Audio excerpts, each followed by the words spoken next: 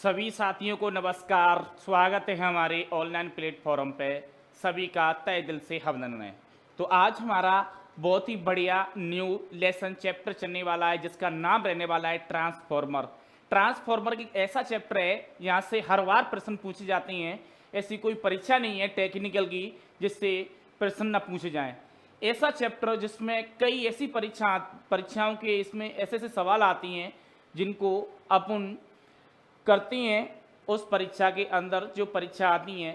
तो in chapter के में जो टॉपिक रहने वाले हैं हमारे क्या क्या टॉपिक रहने वाले हैं, किस प्रकार से ट्रांसफॉर्मर रहने वाला है, किस प्रकार से ट्रांसफॉर्मर का वर्गीकरण होता है, किस सिद्धांत पर कार्य करता है, इसका वर्क प्रिंसिपल क्या है, किस तरह से वर्क करता है, कौन सी धारा पर चलता है, कैसे किस प्रकार से बना होता है, कौन सी बाइंडिंग यूज होती है इसके अंदर, कौन से तार का प्रयोग होता है। तो इन तमाम सवालों के जवाब आप इस वीडियो में मिलने वाले हैं। तो सभी बच्चे हमारे लाइव सेशन में जुड़े रहें और वीडियो को कमेंट करें, शेयर करें, और जिससे आने वाली वीडियो सबसे पहले आप तक पहुंच सके।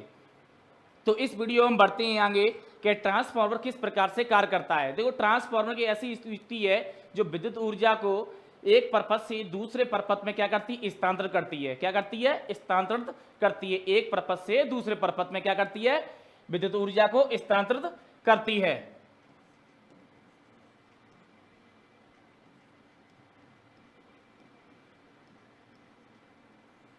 क्या करती है भाई? एक परपथ से दूसरे परपथ में क्या करती है भाई? विद्युत ऊर्जा को स्थानांतरित करती है भाई। ठीक है ना? स्थानांतरित करती है। स्थानांतरित करने का क्या क्या कार्य करता है। ठीक है, ट्रांसफार्मर हमारा इस प्रकार समझेंगे कि एक जगह से दूसरी जगह किसी चीज को पहुंचाने का कार्य करता है। कई बच्चे होते हैं जो सवाल करते हैं, सर कि धारा कन्वर्ट करने का कार्य करता है? नहीं करता है बेटा।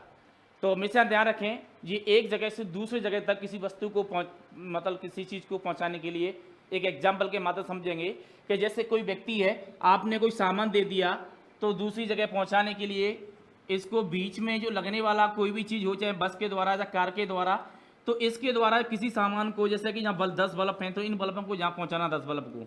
तो इसी प्रकार से हमारा ट्रांसफार्मर होता है इस प्रकार से।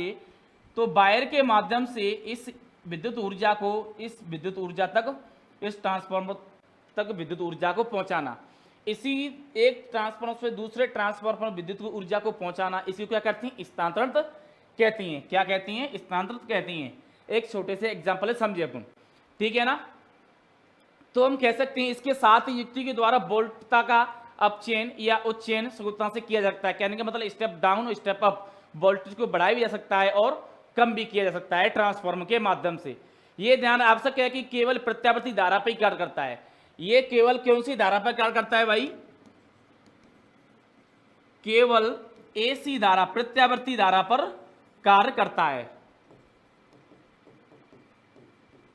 कार्य करता है, ना कि डीसी धारा पर, ना कि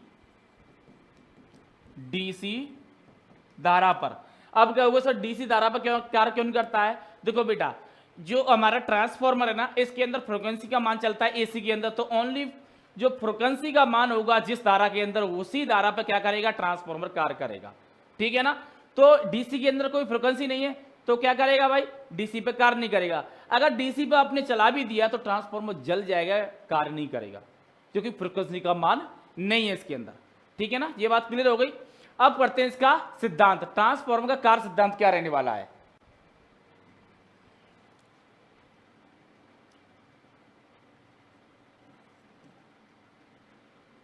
अपन शॉर्ट में लिखेंगे ट्रांसफार्मर। ठीक है ना?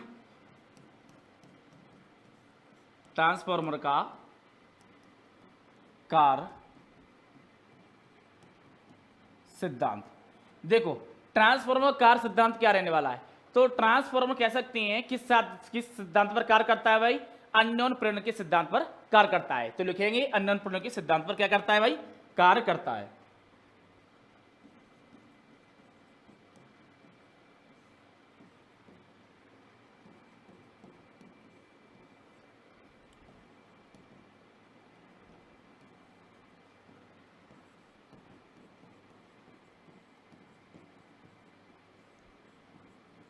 सिद्धांत पर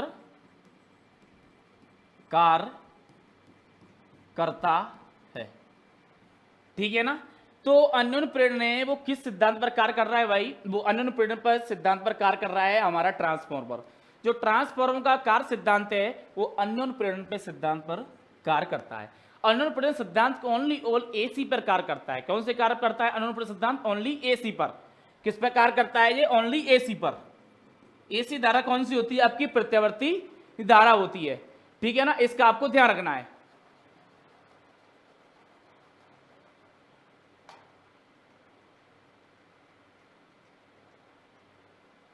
केवल एसी पर करता है। ट्रांसफॉर्मर एसी सप्लाई पर कार्य करता है, डीसी सप्लाई पर नहीं करता है। हमारा ट्रांसफॉर्मर डीसी सप्लाई पर कार्य नहीं करता है। अननोन पीरियड के सिद्धांत के अनुसार जब ट्रांसफॉर्मर की प्राइमरी बाइंडिंग में एसी सप्लाई दी जाती है तो बाइंडिंग के चारों ओर क्या होता है भाई? प्रत्यावर्ती धारा क्या होती है भाई? स्वाभाविक रूप से चुंबकीय क्षेत्र उत्पन्न होता है। उसके चारों तरफ क्या होता है? चुंबकीय क्षेत्र उत्पन्न होता है।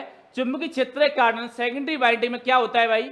सेकेंडरी बाइंडिंग होती है उसकी, तो उसमें विद्युत वाहकबल क्या होता है? उत्पन्न होता है। क्या होता है? विद्युत वाहकबल उत्पन्न होता है। सिंपल सी भाषा में कि जब प्राइमरी बाइंडिंग में हम क्या देती हैं, जब प्रत्यावर्ती धारा देती हैं तो चारों तरफ चुंबकीय क्षेत्र उत्पन्न होता है। जो उत्पन्न होने के बाद जब सेकेंडरी बाइंडिंग होती है उसमें विद्युत वाहकबल उत्पन्न होता है। क्या होता है?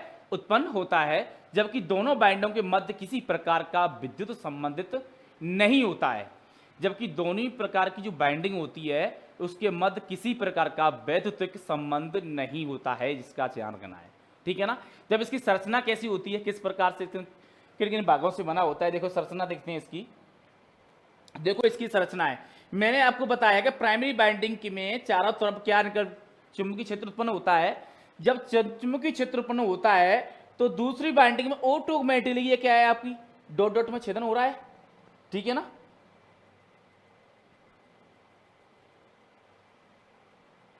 तो इस प्रकार से सेकेंडरी बाइंडिंग में क्या होता है? विद्युत वाहकबल उत्पन्न होता है। क्या होता है? विद्युत वाहकबल उत्पन्न होता है। और ये किस किस से बने होता है? ये तो हमारी प्राइमरी बाइंडिंग हो गई, ये हमारी प्राइमरी बाइंडिंग है, ये हमारी सेकेंडरी बाइंडिंग है। अपन इसको P से दर्शाती हैं, इसको S से दर्शाती हैं, इसको इनपुट सप्लाई बोलते हैं, इनपुट, और इसको आउटपुट सप्लाई बोलते हैं। ठीक है ना। तो हमारी जो प्राइमरी बाइंडिंग होती है हमारी मेन सप्लाई होती है, और हमारी जो आउटपुट बाइंडिंग होती है हमारी सेकंड सप्लाई होती है, आउटपुट वाली किसी उपकरण में भेजने वाली। ठीक है ना। तो हमारी जो एसी का सिंबल होता है आपको दिखाई दे रहा है, इस प्रकार से होता है जो प्राइमरी बाइंडिंग में वो प्रत्यावर्ती धारा का सिंबल होता है। हमारी जो टर्मिनल होती हैं ये हमारे का टर्मिनल है। क्या है? टर्मिनल। इन टर्मिनलों के माध्यम से क्या करते हैं हम? सप्लाई देती हैं। ठीक है ना। अब क्या होता है इसके अंदर? दो प्रकार से ट्रांसफॉर्मर, उच्च और मतलब अपचयी ट्रांसफॉर्मर होता है। कहने का मतलब है कि स्टेप डाउन और स्टेप अप। कहने का मतलब है वोल्टेज ज़्यादा है तो कम कर सकती है और कम है तो ज़्यादा करती है। दो प्रकार से हमारा ट्रांसफॉर्मर क्या करता है? वर्क करता है। ठीक है ना। इसके अंदर हमारी बाइंडिंग अलग होती है जो किसकी बनी होती है? कॉपर की बनी होती है। ये हमारी बाइंडिंग है, हमारी किसकी बनी है? कॉपर की बनी हुई है। ठीक है ना। ये हमारी क्या है? लेमिनेटेड स्टील की कोर है। ये हमारी पत्ती हैं जो लेमिनेटेड स्टील कोर से बनी हुई हैं और ये कई आकृतियों में मिलती हैं। ठीक है ना। ये हमारा क्या है? लोड टर्मिनल है। यहाँ पर आपने कोई उपकरण जोड़ दिया है जो टर्मिनल है। ये हमारा वोल्टेज 1 है कि वोल्टेज 1 में कितनी वोल्टेज है? जैसे कि 230 वोल्टेज है तो वोल्टेज 2 में वोल्टेज कितनी होंगी भाई हमारी? अगर समान बाइंडिंग है तो 230 ही वोल्टेज होंगी। अगर बाइंडिंग का मान बढ़ाती हैं तो वोल्टेज का मान बढ़ जाता है, और बाइंडिंग का मान कम करते हैं तो वोल्टेज का मान क्या होता है? कम होता है।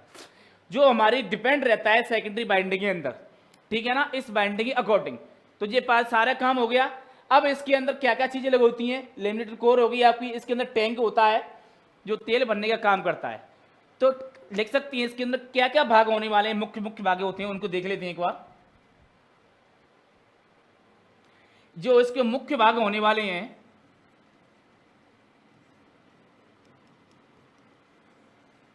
तो मुख्य भाग होने वाला है, पहला भाग होता है हमारा बाइंडिंग। क्या होता है भाई? पहला भाग हमारा बाइंडिंग होता है। दूसरा लिखेंगे अपन, दूसरा होता है लेमिनेटेड कोर।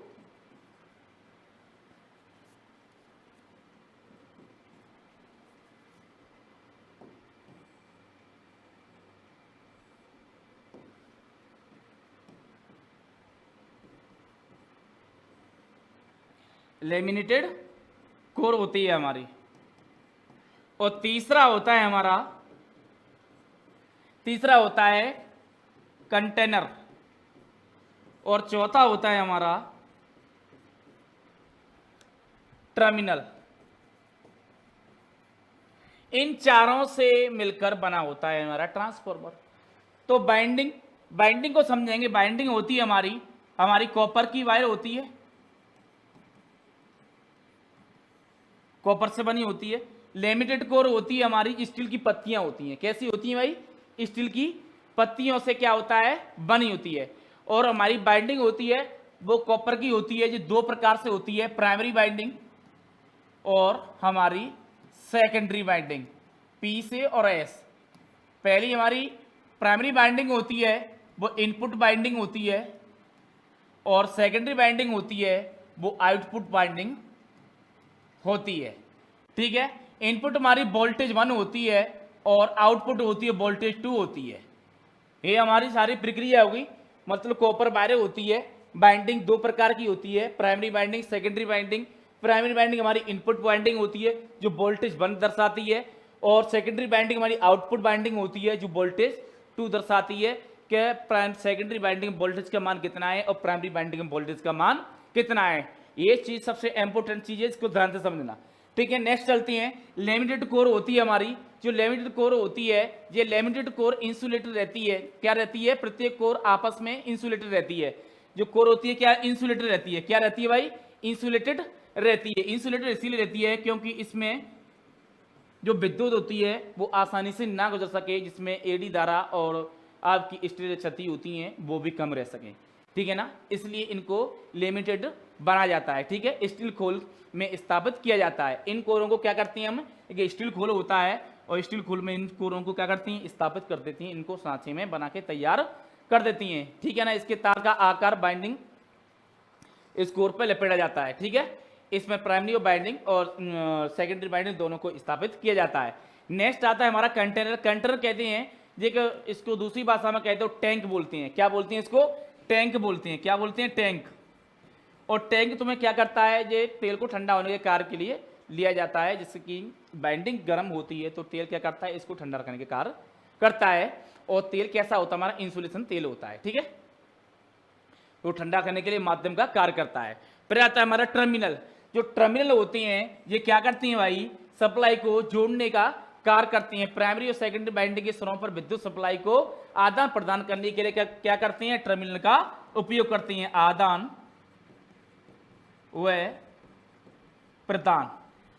प्रदान करने का क्या करते हैं भाई?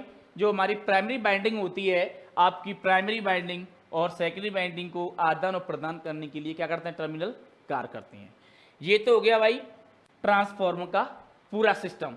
क्या ट्रांसफार्मर किस प्रकार से काम कर रहा है और किस प्रकार से काम नहीं कर रहा है। अब इसका कार्य प्रणाली देख लेते हैं कि कार्य प्रणाली किस प्रकार से कार्य करता है।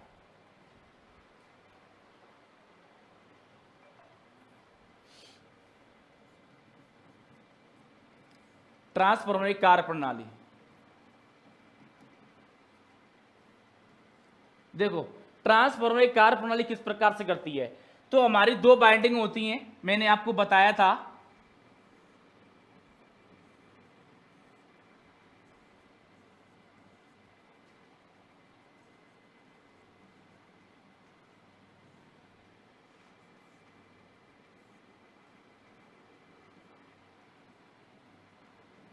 हमारी दो बाइंडिंग होती है, ये हमारी प्राइमरी बाइंडिंग होती है और ये हमारी सेकेंडरी बाइंडिंग होती है, एस और पी। ठीक है ना, जो वोल्टेज 1 होती है और जो वोल्टेज 2 होती है। ठीक है ना, ये इनपुट होती है और ये आउटपुट होती है। अब कार्य कैसे करता है इसको समझते हैं। जब हमारी सप्लाई यहां से हम देते हैं, जी हमारी कौन सी होगी? Main supply. जो मेन सप्लाई जोड़ी जाती है हमारी टर्मिनल वोल्टेज 1 से जोड़ी जाती है। क्या से जोड़ी जाती है? वोल्टेज 1 से। हमारी एसी सप्लाई जोड़ी जाती है वोल्टेज 1 से। ठीक है ना, सिंगल फेज ट्रांसफार्मर होता है, 3 फेज ट्रांसफार्मर भी होता है। ठीक है, इसका भी ध्यान रखेंगे। ट्रांसफार्मर भी दो प्रकार के फेजों के आधार पर होती हैं, तो आगे पढ़ के आपको बताएंगे किस प्रकार से होते हैं। तो ये हमारे मेन सप्लाई होगी। मेन सप्लाई हमारी इनपुट में दी जाती है, वोल्टेज 1 में दी जाती है। जो इनपुट होता है हमारा, जो वोल्टेज 1 में जो मान होता है वोल्टेज का सिंगल फेज का कितना होता है भाई 230, ठीक है ना। तो क्या करते हैं हम, जब ट्रांसफार्मर की प्राइमरी वाइंडिंग को एसी स्रोत से संयुक्त किया जाता है, जब एसी स्रोत ही हम संयोजित करती हैं, कौन सा स्रोत है हमारा एसी प्राइमरी वाइंडिंग, जब इसको संयुक्त करती हैं तो प्रत्यावर्ती विद्युत धारा के प्रभाव से प्राइमरी वाइंडिंग की चारों ओर क्या होता है, चुंबकीय क्षेत्र उत्पन्न होता है। इस प्राइमरी वाइंडिंग के चारों तरफ चुंबकीय क्षेत्र उत्पन्न होता है। जब इसके चारों तरफ चुंबकीय क्षेत्र उत्पन्न होगा, इस प्रकार से होगा, तो ये क्या करेगा, सेकेंडरी वाइंडिंग में इन छेदन करती हुई रेखा इसकी तरफ बढ़ेंगी, छेदन करती हुई सेकेंडरी वाइंडिंग की तरफ पहुंचेंगी नहीं पहुंचेंगी। जब पहुंचेंगी तो प्राइमरी वाइंडिंग स्थापित चुंबकीय क्षेत्र उत्पन्न किया रेखाओं को छेदन करते हुए यहां पर लगता है, जब छेदन करती हैं तो यहां पर लगता है फैराडे का नियम, ठीक है ना। तो फैराडे के विद्युत प्रेरण के चुंबकीय प्रेरण के सिद्धांत के अनुसार, कौन से, फैराडे के चुंबकीय विद्युत के प्रेरण के अनुसार, फैराडे के विद्युत चुंबकीय प्रेरण के अनुसार, ठीक है ना। तो फैराडे के विद्युत चुंबकीय प्रेरण के अनुसार क्या होता है भाई, छेदन रेखा होती है हमारी, जब छेदन रेखा करती हैं तो क्या होता है, बाइंडिंग द्वारा स्थापित चुंबकीय क्षेत्र प्रत्यावर्ती स्वभाव का होता है, इसलिए सेकेंडरी बाइंडिंग की चालक बिना कोई गति किए क्या होता है भाई, तुम्हें पता है कि सेकेंडरी बाइंडिंग किसी जुड़ी नहीं है, पर क्या क्या छेदन रेखा हो रही है और बिना गति हुए क्या होता है, इसमें चुंबकीय बल रेखाओं का छेदन करते हैं। ये बिना गति हुए क्या करते हैं भाई, सेकेंडरी बाइंडिंग में चुंबकीय बल रेखाओं का छेदन करते हैं।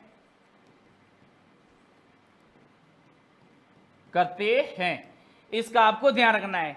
ये हमारा का ट्रांसफॉर्मर है, किस प्रकार से वर्क कर रहा है, किस प्रकार से कार्य कर रहा है, इसमें हमारी जो सप्लाई दी हमने प्राइमरी वाइंडिंग में सप्लाई दी, इसके चारों तरफ चुंबकीय क्षेत्र उत्पन्न होने के बाद क्या करती हैं, फैराडे के नियम के अनुसार क्या हुआ कि इसके द्वारा चुंबकीय क्षेत्र प्रदत्त वाला होता है। इसके लिए सेकेंडरी बाइंडिंग की, जो इसकी सेकेंडरी बाइंडिंग हमारी, ये वाली हमारी सेकेंडरी बाइंडिंग है, तो सेकेंडरी बाइंडिंग में क्या होगा भाई कि सेकेंडरी बाइंडिंग में चालक के बिना कोई गति किए, चालक में इसके चालक हैं जो इसमें बिना गति किए हुए, इसकी कोई गति नहीं हुई, इसके चुंबकीय बल रेखाओं क्या होता है भाई, छेदन होता है।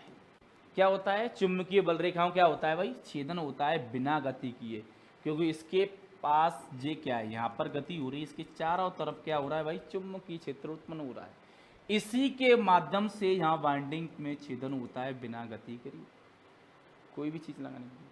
तो ये हमारा ट्रांसफॉर्मर था जो इस प्रकार से वर्क करता है। अब क्या करते हैं, इस प्रकार की बाइंडिंग में, सेकेंडरी बाइंडिंग में बिना किसी संयुक्त स्पर्श के ही विद्युत ऊर्जा प्राइमरी बाइंडिंग से सेकेंडरी बाइंडिंग में क्या होती है, स्थानांतरित होती है, ठीक है ना। क्या होती है, स्थानांतरित होती है, विद्युत ऊर्जा प्राइमरी बाइंडिंग से क्या होती है, स्थानांतरित होती है, स्थानांतरित हो रही है। बाइंडिंग सप्लाई यहाँ दी, पर फ्लैक्स आपकी जो चारों तरफ चुंबकीय क्षेत्र उत्पन्न हुआ तो यहाँ पर भी आएगा, छेदन रेखा की कट करती जा रही है आगे की तरफ, तो कट करती जा रही है, तो बिना किसी के इसमें गति सप्लाई दिए बिना ही क्या होती है, सेकेंडरी बाइंडिंग स्थानांतरण तो विद्युत ऊर्जा हो जाती है प्राइमरी बाइंडिंग से, ठीक है ना। यही क्रिया ट्रांसफार्मर कहलाती है, यही क्रिया क्या कहलाती है, स्थानांतरण की ट्रांसफार्मर क्रिया कहलाती है। यदि ट्रांसफार्मर की प्राइमरी बाइंडिंग में डीसी स्रोत से संयुक्त किया जाए तो क्या होगा, अगर इसमें प्राइमरी बाइंडिंग को हम डीसी से स्रोत करें, कहने का मतलब ये आपकी प्राइमरी बाइंडिंग है,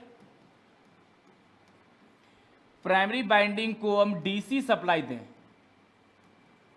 तो क्या होगा, बाइंडिंग जल जाएगी, बाइंडिंग क्या होगी भाई, जल जाएगी, ये ध्यान रखना। क्योंकि प्राइमरी बाइंडिंग में देंगे सप्लाई हम, ऐसा तो नहीं है कि हम आउटपुट सेकेंडरी बाइंडिंग में सप्लाई दें तो बाइंडिंग जले। इसका कारण यह है कि बाइंडिंग में इंडक्टिव और इंडक्टेंसन और इंडक्टिव रिएक्शन की अनुपस्थिति के ही इसका प्रतिरोध क्या होता है, बहुत कम होगा। इसका जो रिलेक्टेंस है आपका इंडक्टिव इंटेंस तो दोनों का जो प्रतिरोध होगा क्या होगा, बहुत ही कम होगा, जिसके फलस्वरूप धारा का मान उच्च होगा और बाइंडिंग जल जाएगी।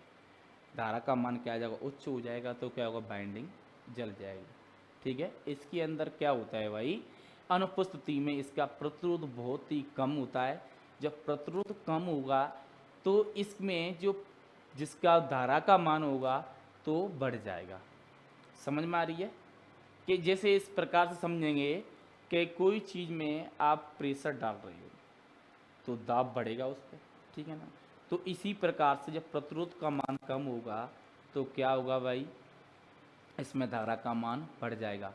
और प्रतिरोध क्या करता है, तुम्हें कि विद्युत धारा के मार्ग में रुकावट करता है। तो रुकावट जो किस प्रकार से जी कम हो रहा है, इसके अंदर रिलेक्टेंस और रेक्टेंस जो हैं इसकी उपस्थिति, तो इसमें क्या होता है, इनमें प्रतिरोध का मान कम होता है, इसलिए क्या होता है, ये बाइंडिंग जल जाती है और धारा का मान ज़्यादा हो जाता है। ये इसका कारण है, ठीक है ना। तो अब देखते हैं इसके लाभ क्या होते हैं भाई। ट्रांसफार्मर कोई स्वल्प ऊर्जा विद्यमान नहीं होता है देखभाल अनुसरण की आवश्यकता भी नहीं होती है, इसकी देखो देखने की ज़्यादा आवश्यकता नहीं होती है, ठीक है ना। और ट्रांसफार्मर की जो दक्षता होती है, ट्रांसफार्मर की जो दक्षता होती है भाई,